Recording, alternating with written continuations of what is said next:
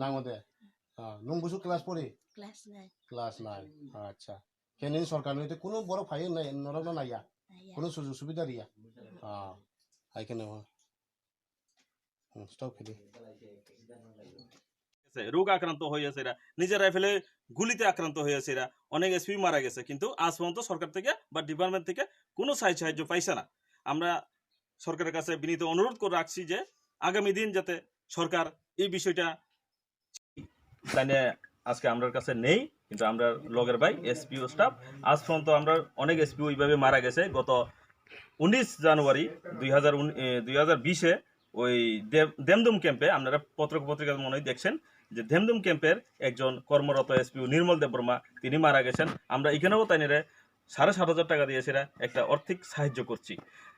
এইভাবেই যদি আমরা সব এসপি যদি এইভাবে একজনের পর একজন যদি এইভাবে মারা যেতেছে কিন্তু সরকার থেকে কোনো সাহায্য পাইছে না দায়চন্দ্র রিয়াং কিন্তু তার কোনো সুযোগ সুবিধা পাইছে না কোনো সরকারি আর্থিক সাহায্য নাই কিন্তু আজকে আমরা সরকারের কাছে দৃষ্টি আকর্ষণ করে এটা কইতাছি যে যাতে সরকার আমরা দেখুক আমরা প্রায় এসপি এরকম মারা যাইতেছে সেদিন কিছুদিন আগে ডেমডুমে একজন মারা গেছে এসপিও আমরা এই কিছুদিন আগে নিজের রাইফেল দিয়ে নিজে গুলি করে মারা গেছে 4.5 মাইল ক্যাম্পে মর্মজয় ত্রিপুরা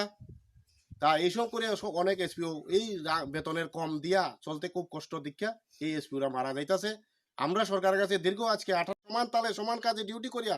আজকে আমরা কোনো সুযোগ সুবিধা পাইতাছি না পুলিশ একজন মরলে তার জিপিএফ আছে সবকিছু আছে টি আছে ডি আছে 13 মাসের বেতন আছে কিন্তু আমরা এসপিওরা আজকে ফ্যামিলি তার